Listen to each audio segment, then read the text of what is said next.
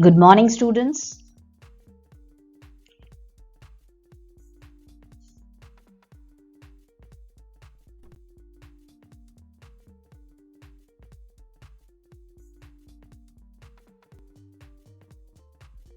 Today we are going to learn about the impact of migration.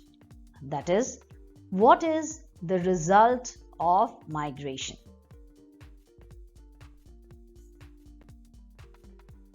Large-scale migration affects the donor regions from which people migrate and the receiver regions to which the migrants go.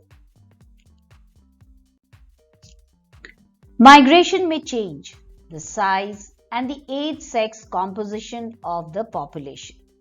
It may change the birth rates and the death rates, social conditions such as the level of education, condition of health, and so on. So when people are migrating from one country to another, there is a lot of change in the population where they are migrating. So here you can see that this is the population of a country and these many people are getting added into the already existing population. So it is quite natural that there will be several changes in the population. The birth rates can change, the death rates, the social condition, everything will lead to a change. Now it may change economic conditions too, like production and resource development, income and expenses, and so on. The change may be both positive or negative. That is, when people are getting added into a population, they might lead to an economic boom, or there can be several areas where people who are the natives of the country, they might lose the job because of the migrant population.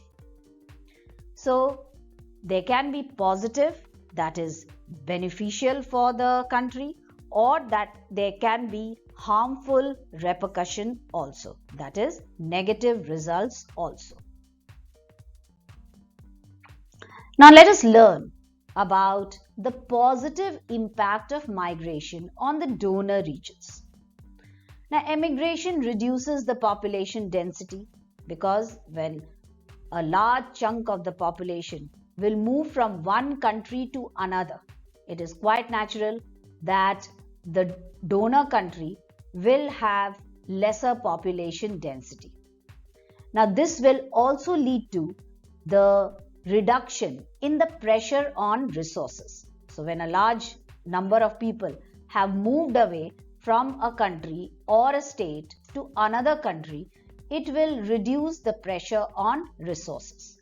Now this helps to control overpopulation of the donor country or a state. Emigration reduces the birth rates because most of the migrants are mostly young adults who can wish to raise a family. So when they have emigrated, the birth rate of the state from where they have emigrated will always become less. Migrants often send back money to people in their original homes, which help them to improve the economy of the native place. In India, this often happens because people migrate from rural to urban areas. It also happens in cases when external migration occur. A most important example of this kind of migration is that of many families of Kerala, who have attained a better standard of living because of the money which has been sent to them from family members who are working in Dubai, Abu Dhabi, Kuwait, or other Gulf countries.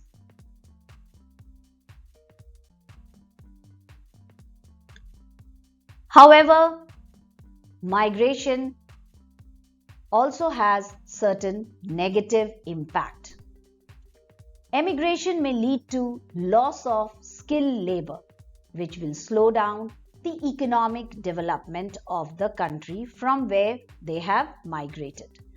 The reduced working population has to support a large dependent population, which means that since a large number of people have migrated to other countries or other places, so the people who are staying back, they have to support the dependent population, because the dependent population normally does not migrate. Emigration may cause family structures to break down, because it is the men who often migrate without their families first. So it may lead to the number of males to be significantly reduced. Emigrants often give up their own culture and adopt the culture of the place where they settle. This becomes more and more evident, especially with the present generation who have migrated. They forget their own cultural ethos and adopt the traditions of the place where they have migrated.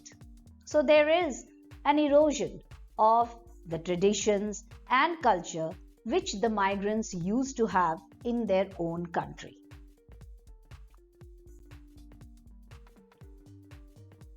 Let us now learn about the positive impact of migration on receiver regions. Immigration reduces underpopulation. That is, when people migrate to countries which are not highly populated, it reduces the problem of underpopulation. The size of the labor increases, and when skilled laborers are added to the underpopulated countries, the economic development also occurs. Most of the underpopulated countries have a very exorbitantly high priced goods and services. That is also reduced to a certain extent when migrants are added into their population. Immigrant workers are willing to do the work at cheaper rates and may also do those work which the natives avoid.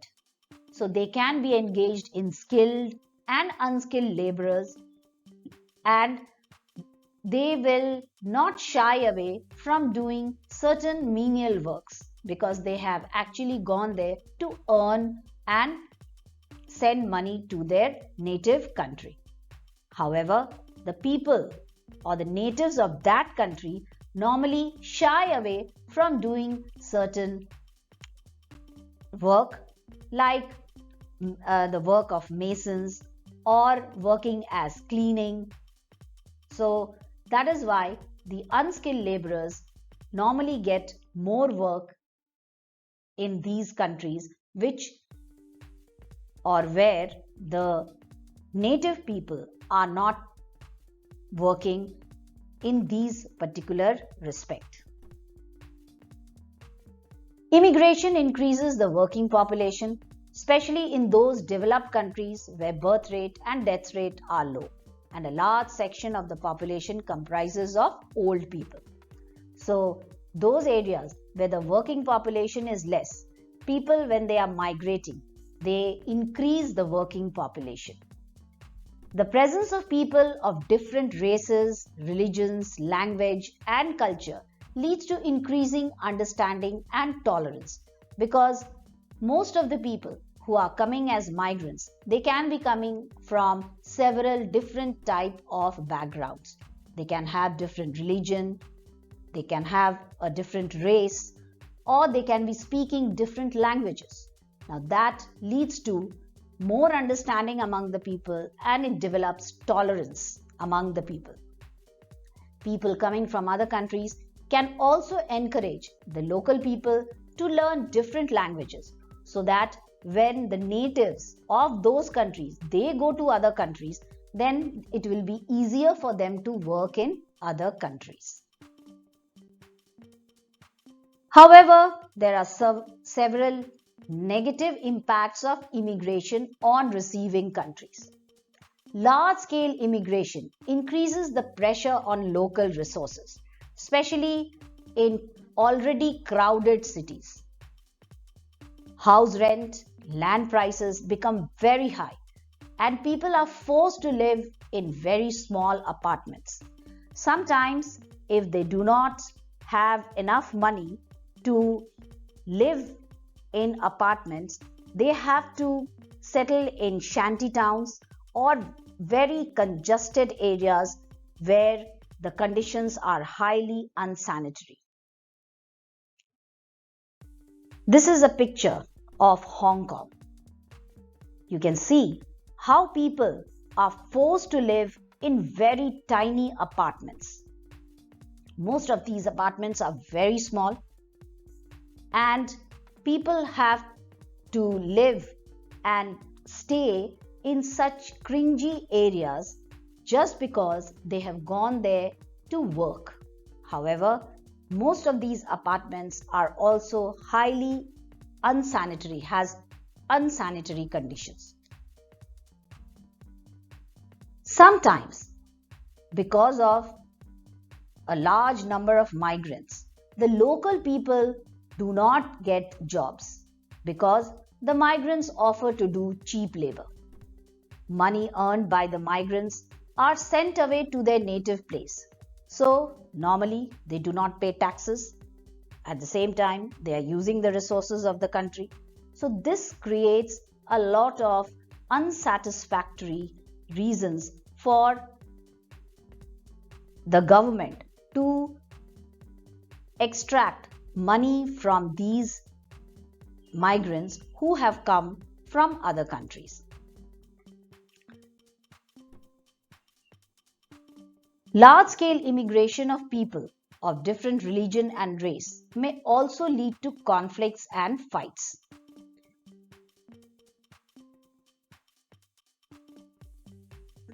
Some examples of such violent ethnic clashes have resulted when large-scale migration of Jews occurred in 1948 in Israel, when the ethnic population of Israel had to fight against the Jews.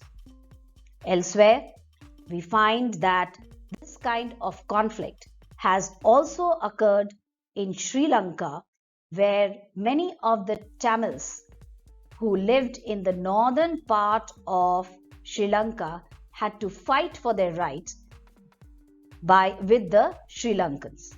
So such conflicts occur mainly because of migrants who have settled in other countries and the natives are not happy with their coming.